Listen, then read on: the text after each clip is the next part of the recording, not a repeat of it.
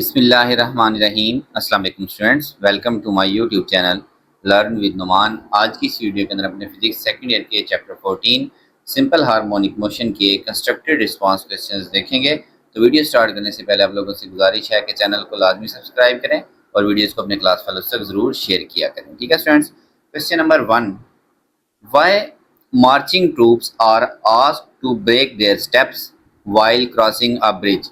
के जैसे परेड होती है आर्मी की, तो ट्रूप्स कहते हैं ये इन्हीं को फौजियों को ही कहते हैं। ठीक है, जब ये मार्च कर रहे होते हैं, मतलब वो इकट्ठा पाँव ऊपर नीचे जो मार रहे होते हैं, ये उनको क्यों कहते हैं टू ब्रेक देयर स्टेप्स, कि वो अपने कदम आगे पीछे कर लें। मतलब पहले तो वो एक ही तरह पाँव ज़मीन पे मार रहे होते हैं ना, फिर वो कहते हैं जी इजी पोजीशन में हो जाएं, अब आप ये मार्चिंग छोड़ दें, नॉर्मल वॉक करें।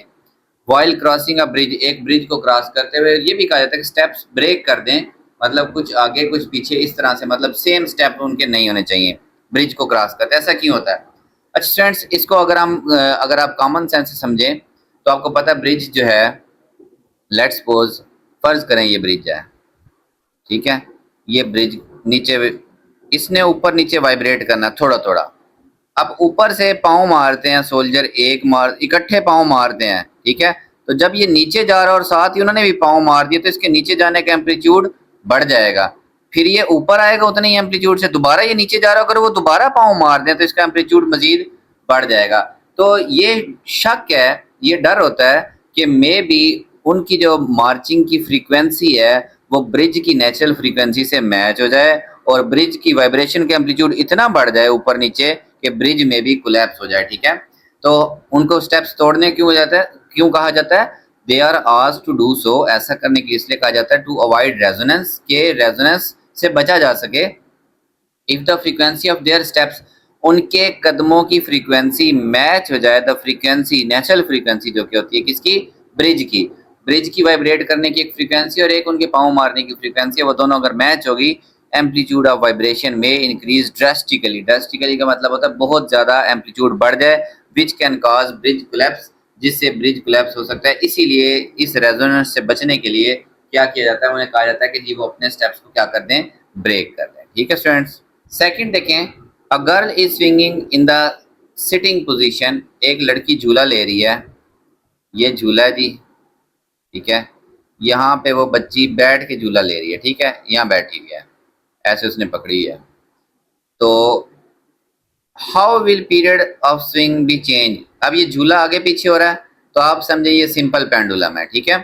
तो वो कहता है इसका जो पीरियड है, बेसिकली टाइम पीरियड है, वो किस तरह चेंज होगा इफ शी स्टैंड्स अप, अगर वो खड़ी हो जाती है। देखिए ये झूला है, अब वो इस झूले की जो, याद है वो वुड सी नीचे लगी होती है जहाँ पे बैठते हैं, ठीक है, अगर वो इसके ऊपर खड़ी हो जाती है, ठीक है, ये लड़की बना दें ऐसे करके, अब वो खड़ी हो गई। जब बच्चा खड़ा हो जाए तो सेंटर, देखिए बैठा हुआ है, जब ये शख्स एक बैठा हुआ है ऐसे करके, झूले के ऊपर ऐसे टांगे उसने की हुई हैं, ठीक है, इसका सेंटर ऑफ ग्रेविटी ये है, ऊपर झूला है, तो लेंथ कहाँ से कहाँ होती है, जहाँ पे झूला लगा वहां से लेके सेंटर ऑफ ग्रेविटी तक लेंथ होती है, ठीक है। लेकिन जब ये खड़ा हो जाए बच्ची, वो खड़ी हो गई झूले के अंदर ही, अब वो खड़ी है, ठीक है, ऐसे करके झूले के अंदर ही, अब सेंटर ऑफ ग्रेविटी ये वहीं का वहीं है।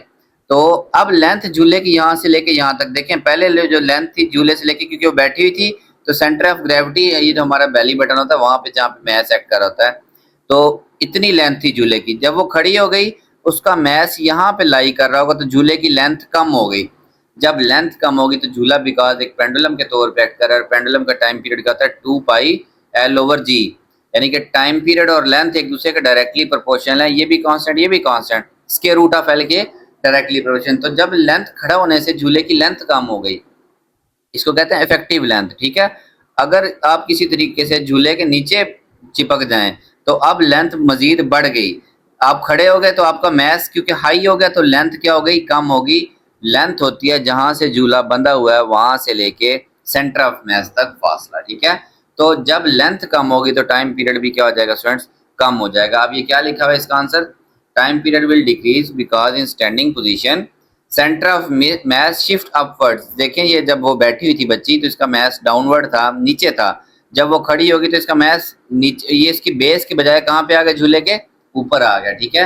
जब मैस ऊपर आ गया तो लेंथ कम, ये पहले देखें यहाँ से लेके यहाँ तक ज्यादा थी, अब ये कम रह गई, लेंथ कम, तो टाइम पीरियड लेंथ के डायरेक्टली प्रोपोर्शनल होता है फार्मूला के मुताबिक।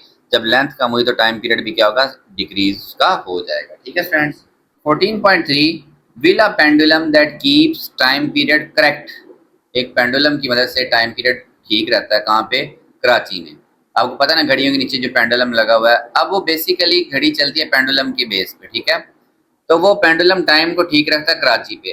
वो कहता है विल बी एक्यूरेट, क्या ये एक्यूरेट होगा एट मरी और at the top of mount Everest? क्या मरी पे या माउंट एवरेस्ट पे ये पेंडुलम एक्यूरेट रहेगा इसका टाइम?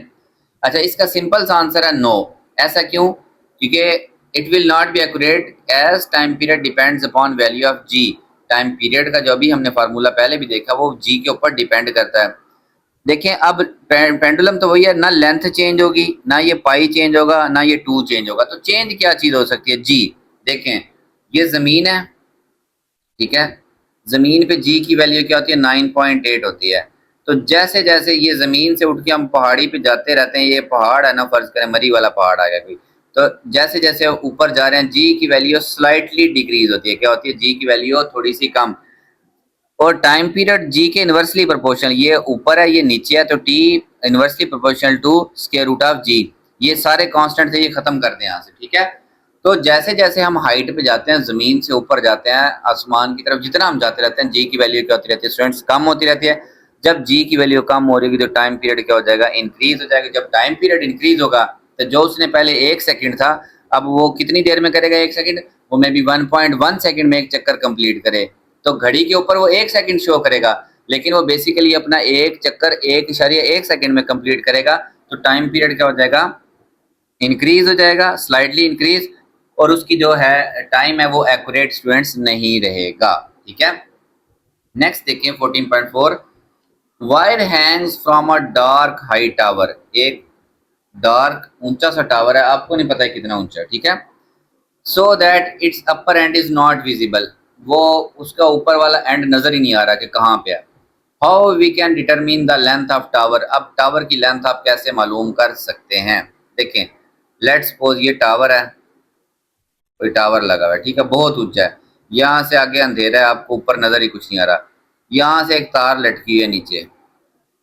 ठीक है, wire hangs from the dark high tower, its upper end, आपको नहीं पता तार ऊपर कहाँ पे है। How we can determine the length of tower, tower की अपनी ऊंचाई बतानी है, लेंथ। ठीक है, आप कैसे बताएंगे? देखें स्टूडेंट्स, हम ऐसा करते हैं, एक बॉब ऑफ मैस एम, तार के साथ एक बॉब जिसका मैस क्या है, एम है, उसको हैंग करते हैं। ठीक है, फिर इसको हम ऐसे मोशन देते हैं, सिंपल हार्मोनिक मोशन, आगे पीछे ऐसे मोशन देने के बाद स्टॉप वॉच की मदद से इसका टाइम पीरियड कैलकुलेट करते हैं। ठीक है, ये आप करेंगे फिजिक्स के अंदर प्रैक्टिकल।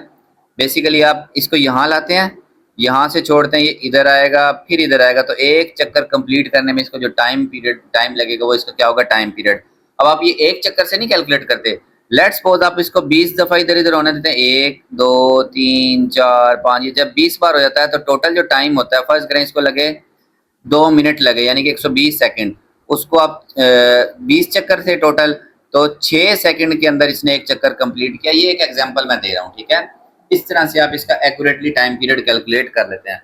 तो आप क्या करेंगे, एक बॉब ऑफ मैस हैंग करेंगे with wire, calculate its time period with the help of stop watch by giving it simple harmonic motion. इसको हमने सिंपल हार्मोनिक मोशन दी और इसका टाइम पीरियड कैलकुलेट किया। Then by relation, time period का क्या relation है, 2πL/g, टाइम पीरियड दोनों तरफ स्केयर किया ना, तो ये स्केयर रूट खत्म हो जाएगा, 2 का स्केयर 4, पाई का स्केयर पाई स्केयर और टी का स्केयर टी स्केयर, इनका स्केयर रूट खत्म, ये जी इधर आके मल्टीप्लाई, 4 पाई स्केयर इधर आके डिवाइड, यहाँ से आप लेंथ निकाल लेंगे। कैसे? टाइम पीरियड आपने कैलकुलेट किया, जी की वैल्यू 9.8, पाई की वैल्यू 3.14, ये सारा कुछ पुट करके आप लेंथ को फाइंड कर सकते हैं। We can calculate L by substituting